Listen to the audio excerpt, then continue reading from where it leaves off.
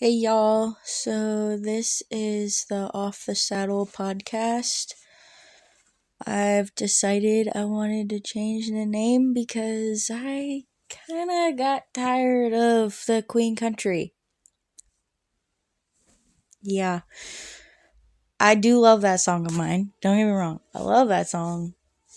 But I do get tired of that being the only song for everything, and I'm like, okay, let's change it up now. Let's do something different for a change. So I thought Off the Saddle would have been a good name. Um, I wanted to get on here and talk about some things. First, I want to get into. Okay, so I graduated a year and a half early. Technically, I got out of school a year and a half early, and then I graduated a year early. But I skipped my junior, went straight to senior year because I went all the way to the alternative school when it was supposed to be my junior year, but it was my senior year instead. Because I had a lot of trauma and a lot of things happen at that school that I was in that I couldn't handle it anymore. So I asked them and begged them if I can go to the alternative school, and they let me go to the alternative. I was asked, like, why did you go to the alternative? Usually delinquents or bad kids or kids that don't make it with grades or anything don't come over here. They were kind of surprised that I did because I was a good kid. I was a good student. I always did my work. I always kept my grades as best as I could. I never, yes, I've had F's and D's, but I've always tried my best to keep them, to get it back up and to keep going and to keep hard at work.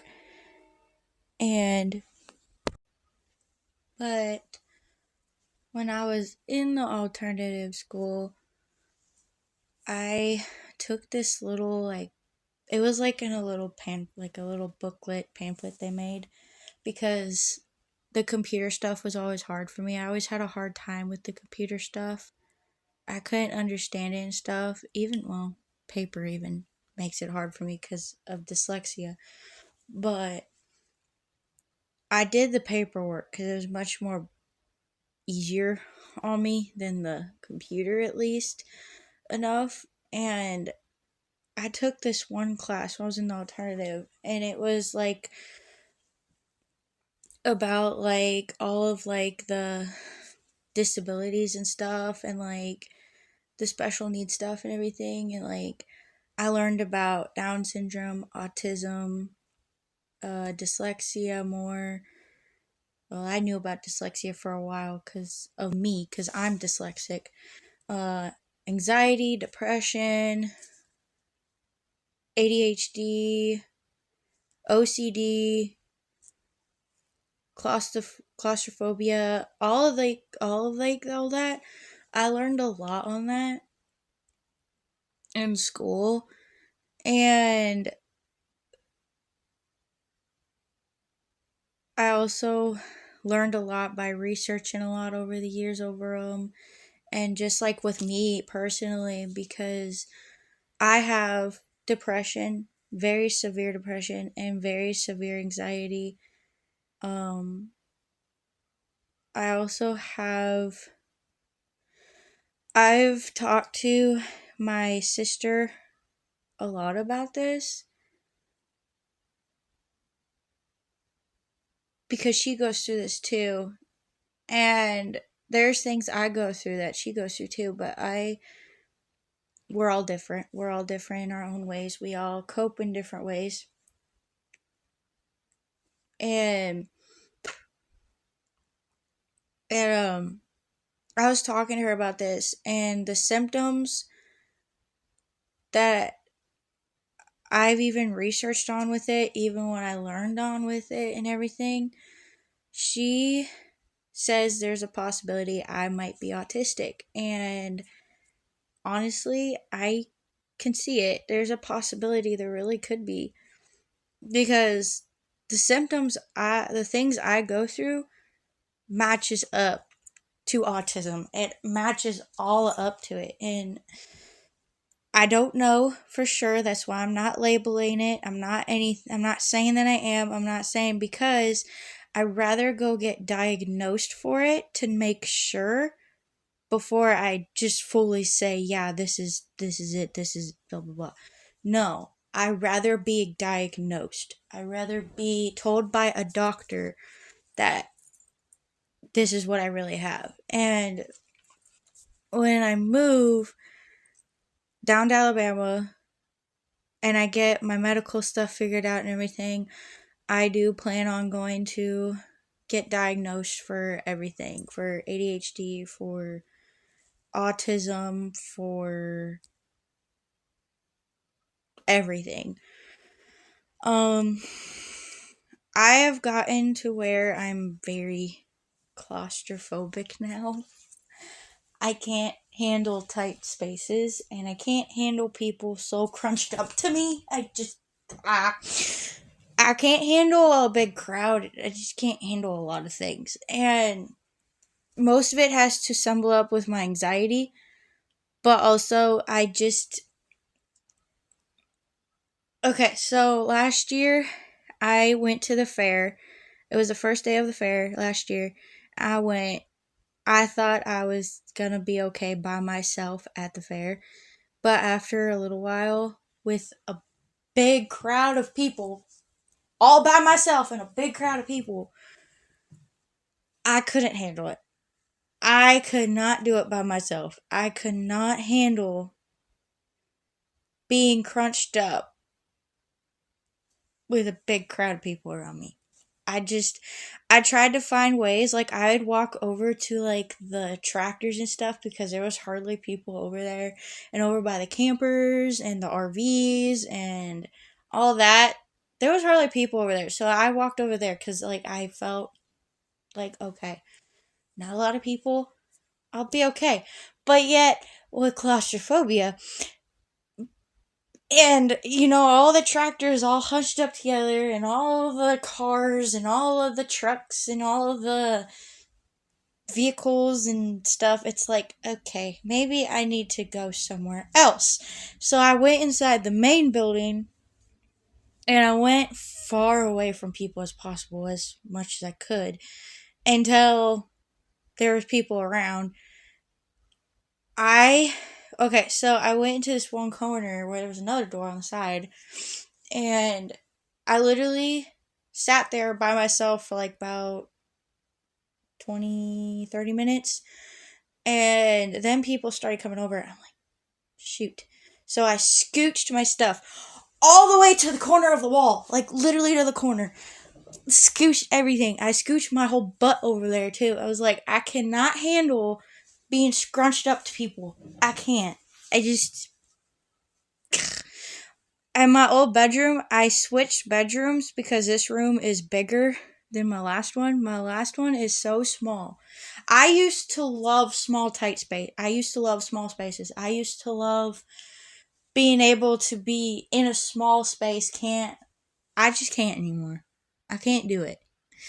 After such a long time, I've gotten so claustrophobic that I just can't do it. It gets to the point where I'm like, I need space. I need space. And it's nerve-wracking for me. It's a lot. Another thing is depression. With my depression being severe as it is actually feel like it's gotten worse over time. But when it comes to the depression part,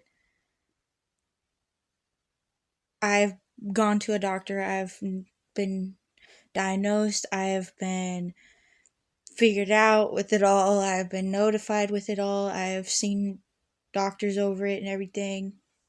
Same with my anxiety and stuff. And I've tried therapy. Did not work. Therapy does not work with me. And I went last March. Yeah, last March to try therapy. I was in therapy for a couple weeks to a month, and this one therapist, she did not want to help at all. It was kind of one of those things where she's trying to tell me what I should do to help, but did not help me at all. Because I've tried those things before that she mentioned, and they don't help me at all. Like, the main things that help me is music. I put on Spotify here or there to help me cope. I clean to help me cope. I try to do things. I've gotten to where if I'm not up and walking or moving or doing something, I can't do it at all. I can't stand in one place. I have to move. I have to walk. I have to get moving. I have to do something. And I've even tried talking about this with my job too. This is one thing where if I stand in one place, I start to zone out pretty bad. Or or just anything in general. It gets pretty bad. I have these zone out spells, and part of my zone out spells is my anxiety and my depression. Especially if I'm going through something and I start panicking pretty bad. I start to tense up. I start to breathe very heavily, like I need an inhaler kind of breathing. I was even on the phone one night with my sister, and she could hear me wheezing. I was wheezing so badly one night because of my anxiety, and it was pretty bad that she was like, you should probably think about getting an inhaler. Probably think about that. And I've even talked to my aunt about it. My aunt even offered me to, at least for her inhaler, just for me to be able to breathe for 1 second, just to breathe. And I was scared because I don't. Doing it? Okay. With me,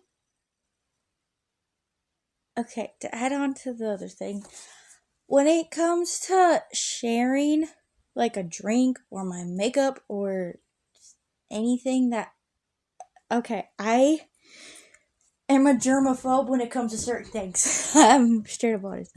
I have very high OCD. Very high. When it comes to, okay, so here's a lot of things about me. Okay, say I have my makeup. Say somebody is like, oh, can I borrow a lip gloss? And because I don't wear lipstick, I hate lipstick. It don't look good on me at all, so I only wear lip gloss. But if somebody says that, I'm like, I can't share that with you. If they tell me why, it's because I am a germaphobe on it. I can't handle somebody else's lips on my lip gloss. It's just gross. If somebody uses it, then I have to throw it away because I can't. It's gross to me. I just can't do it. Ugh, it's disgusting. It's bleh. When it comes to sharing a drink with somebody, I'm the same way. I don't like people's backwash. It's disgusting. It's nasty. If I share, it's one day it's my future boyfriend or my future husband, that's fine. But If it's somebody that's gonna have a lot of backwash, please don't drink out of my drink. I can't handle that. If somebody random just drinks out of my drink, then I just give them the drink. I'll be like, here, it's yours now. You can drink it. I don't want it. I'll go get me another. I just can't. I can't do it. I can't. I'm very particular. I don't like. And one other thing is dishes. My biggest pet peeve is when somebody leaves a dish, even just a single plate or a single silverware in the sink, just leaves it there. Doesn't even wash it off, doesn't even clean it up, doesn't anything. Ugh. Ugh. Please. Ugh. My one thing, I've been this way my whole entire life. My whole life. You could even ask my parents. I will not eat off a plate if there is a single crumb, a single speck, a stain, or anything. I don't care what's on the plate. I will throw it out and buy a new dish set. I don't care. It's just, to me, it's gross. I can't stand it. Ugh. I can't do the whole germs. Ugh. I just can't. I can't do it. Ugh. I can't handle when there's a mess. I can't handle when there's. Ugh. Ugh. And one thing is now going on.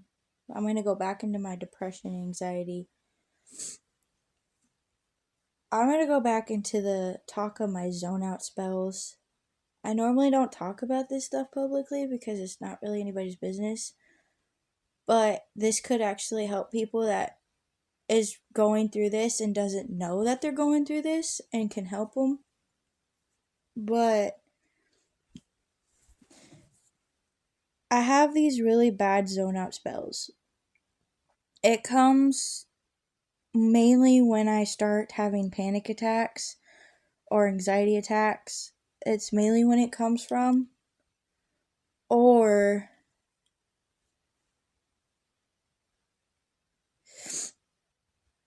when I'm having one of my depression spells, like depressions. And I think of it differently in my way. I think of it how I want to think of it. I don't. If somebody says, what's this, what's that, what's this, it's because it's just how I see it for myself. I don't see it through other people. I see it for myself.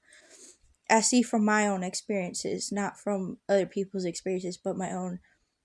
Because you can only see it from your own. You can't really see how you see through somebody else. You got to see it from your own experiences. You got to see it from your own perspectives, your own priorities, and everything. And when it comes to my depression,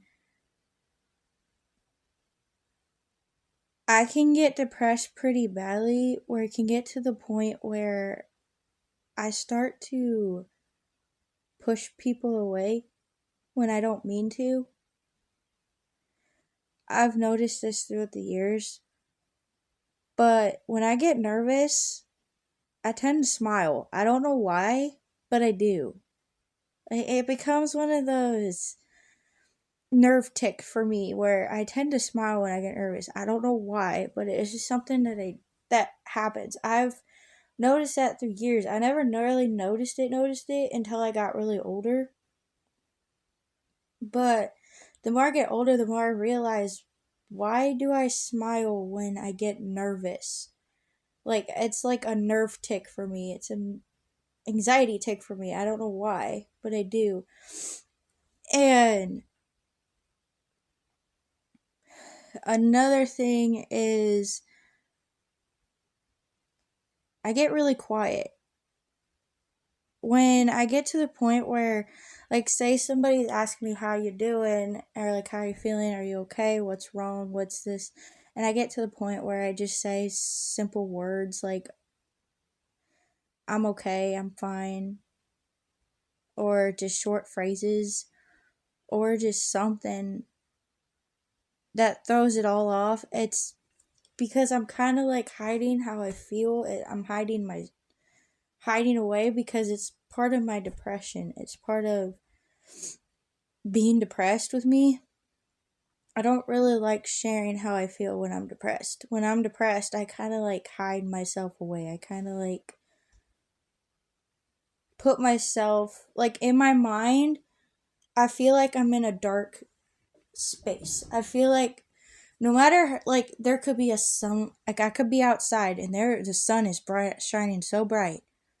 But if I'm starting to feel depressed that day or anything, my mind can automatically think I'm in the dark. Literally, even if I'm in the most lightest room at all, I feel like I'm in the dark. And I'd feel like I'm hidden. I feel like I'm trapped in this small little, say, closet or space. It keeps me, it makes me think, it makes me think of things that are not true about myself. Like, I don't feel good enough. Like, all of that. Like, the negative things I really shouldn't think about. But I do. And I know everybody thinks about it. It don't matter who you are. Everybody thinks this stuff about themselves. Bless me, sorry. But everybody thinks about that kind of stuff towards themselves. And it happens. Everybody goes through it. We're all human. We're not made to be perfect. We're just made to be individuals. We're made to be ourselves. We're made unique in our own ways. And even the most positive people can think negative things too. And it's okay. We all do. We're all human. We all battle through our own wars. We all get through our own things. We all get through our own prices and our points and everything. And it's just the way of life. That's just how we're built and made as human. And when one thing is, when it comes to my anxiety, I get in these zone out layers of myself where I tend to zone out a lot. Even it can involve into my depression too. I have these really bad zone out spells, like, really, really bad. And I tend to, like, I could stand in one spot. If I'm standing in one spot and I'm starting to panic, I'm starting to shake, I'm starting to everything, I can stand there and I could look like I am dead, zoned out of my phase, out of everything. I'm not even listening to what's around me. I don't even know what I'm saying in the moment. I don't even know where I'm at in the moment. I don't even know anything. And, like, it's really, really bad. Like, super bad.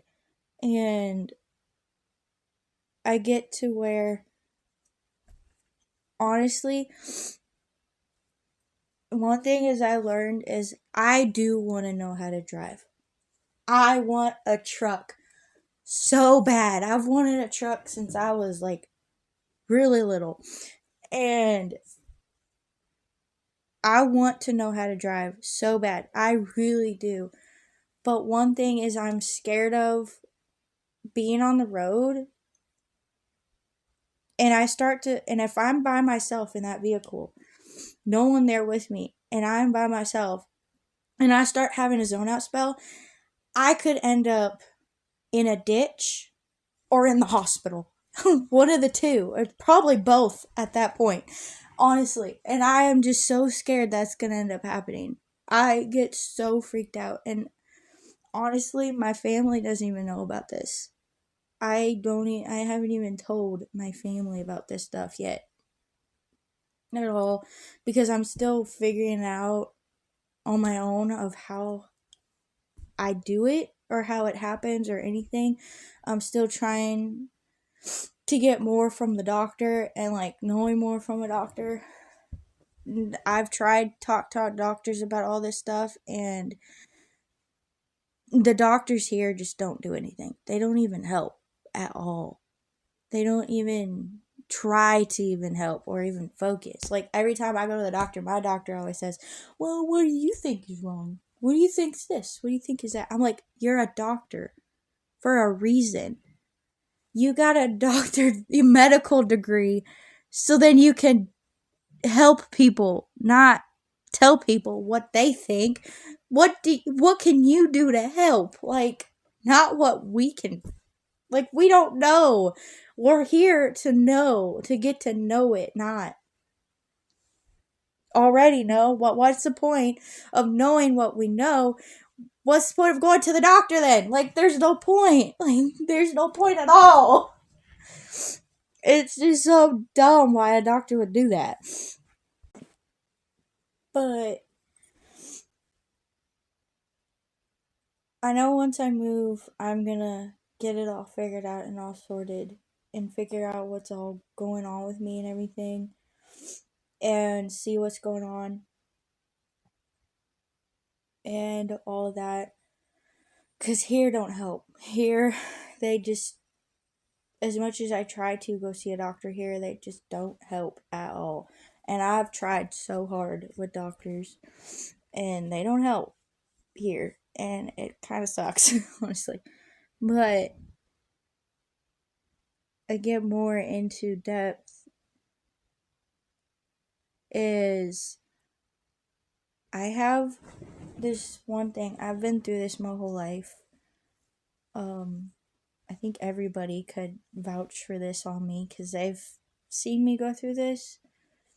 If I get to where I'm always saying, "I gotcha," "oh my goodness,"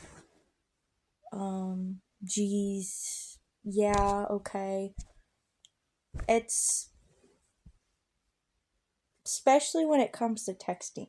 I'm very old school. Honestly, I'm very old school. I'm old fashioned. I'm more of a caller than I am a texter. Always have, always will be. And I prefer to call people more than texting. Mainly because of my dyslexia. And having a hard time reading. Reading? What the heck's reading? Reading. Sorry, comprehending's hard for me.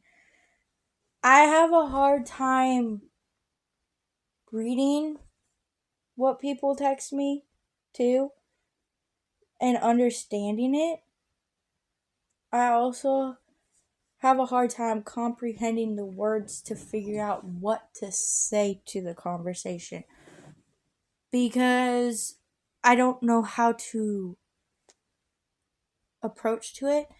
Most of the time it's because I'm scared I'm going to say something I shouldn't, and I get scared to upset people. I get scared to make people mad at me or anything. I don't like upsetting people. I don't like making people mad. I don't like being mean. So I try to say other things to make it where I'm not sounding that way. And I'm sorry if I ever do. I don't mean to. And another thing is I have a hard time reading with what the text says.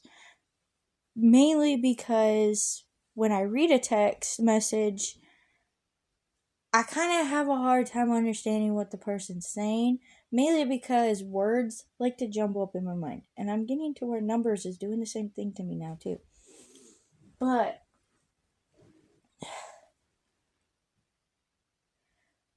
my letters, they mix up. Like, I could read something. Like, say I'm reading just one word. I could read the word "the," and I could totally pronounce it so badly. that it's bad. I could even read the word at and I could pronounce it so badly. That's how bad it is with dyslexia, because like I could like read a word or a sentence or just one syllable and like it's all jumbled up in my mind. It's all like I cannot read this at all. That's why I always ask for, like, every single time I have something I need to read, like something important, like medical papers or anything, I always ask my mom to help me read it and help me with it, or I always ask my grandma's going blind, so she really can't really read it. Um, and when I would ask my dad, he'd just have me try to read it and wouldn't really read it to help me read it. Um,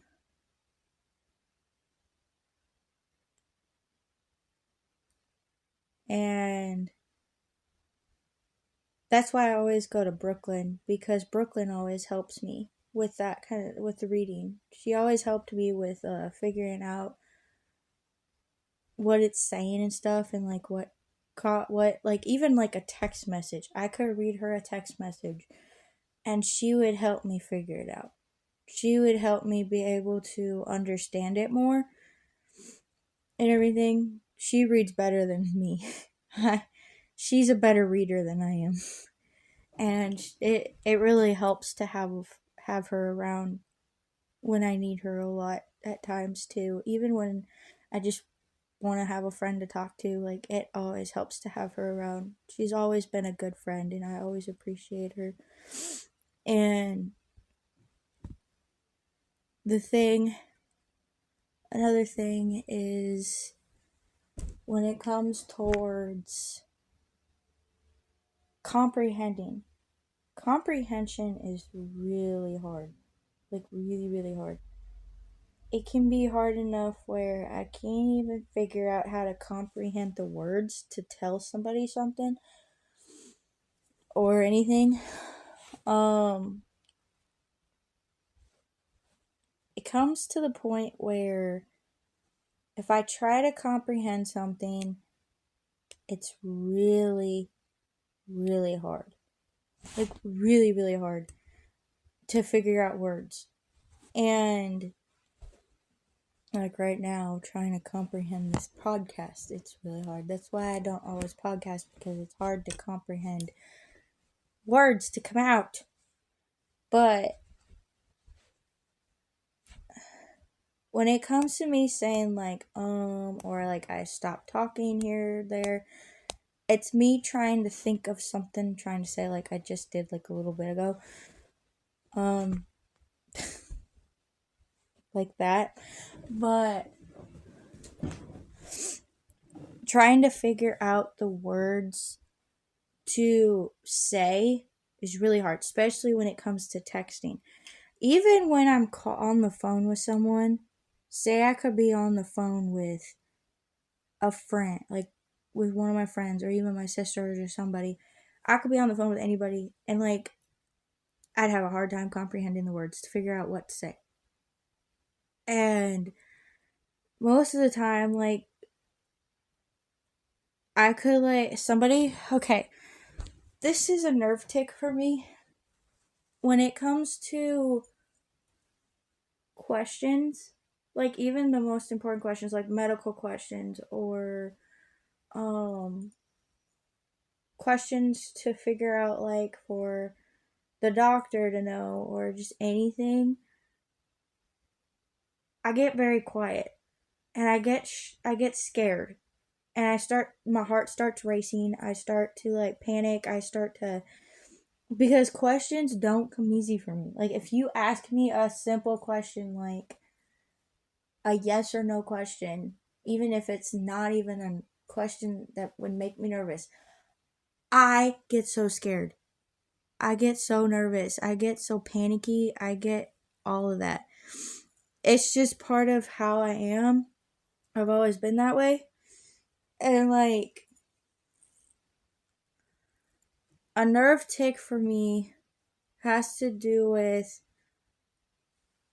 say I was at working on medical papers to get myself reapplied for medical or something, and it tells me a question on there I would not know, then I start to panic. I start to get very bleh. And so one thing is there's someone that will always there's someone that I know that always asks me questions, always like telling me like, do you know this? Do you know that? Da, da, da, da, da, da, da, da, da, da. Like, what about this? What about that? What about? And I'm like, I get panicky, I get shaky, I get quiet, and I just stand there. I just stand there. Somebody could ask me my date of birth, and I could get panicky. I know my date of birth. Don't even get me wrong. Like, yeah, I do know that. But it's just part of my nervous system. It's part of my nerve ticks. It's part of my anxiety. It's part of everything. And I've kind of learned that it's also part of being autistic too. And that's why I think I might be autistic. But I'm not going to say fully for sure that I am, because I'd rather go get diagnosed before just automatically just saying it. But it's just how I am. It's just a panic tick for me. It's a nervous tick. And I really think it's something I really need to go get checked for. But it's something I've dealt with my whole life. It is something that I'm just going to have to deal with for the rest of my life even more. And I don't really have a way to heal it because I don't really take medication. I don't really like medication, honestly. I'm too stubborn to take it. Way too stubborn to take medication. Somebody could probably try to get me to take something, and I'm like, no, I will not take it. I do not do that. I,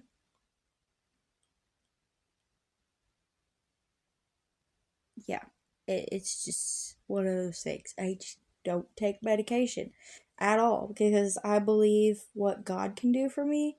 I believe that He can help me through it, and I believe that God is in it with me. And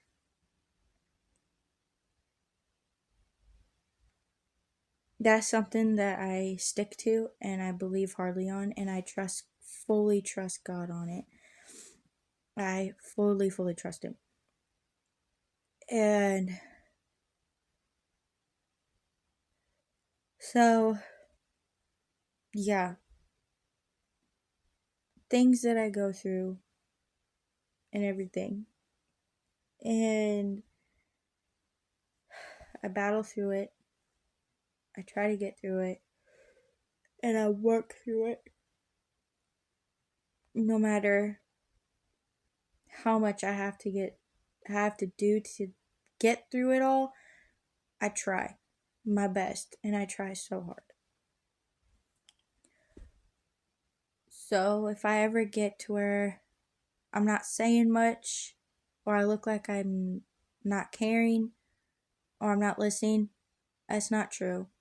It's just because, like, say it's like text message, I am having a hard time reading it because letters are jumbling up in my mind and I don't know how to comprehend the words right to be able to fully say anything to the conversation. I'm always listening. I always do care. I will always care and everything. I just have a hard time comprehending how to put it together and how to say it and how to approach to the conversation because one, dyslexia, two, comprehending. So, yeah, this is me. This is what I had to battle with for my whole life: depression, anxiety, OCD, comprehending, everything. I had to battle through it my whole life, and I'm still working on how can I get better from it? How can I get through it? So yeah, I hope this helps people that is going through it and don't realize they are. I hope this really helps you guys. I really hope. Peace.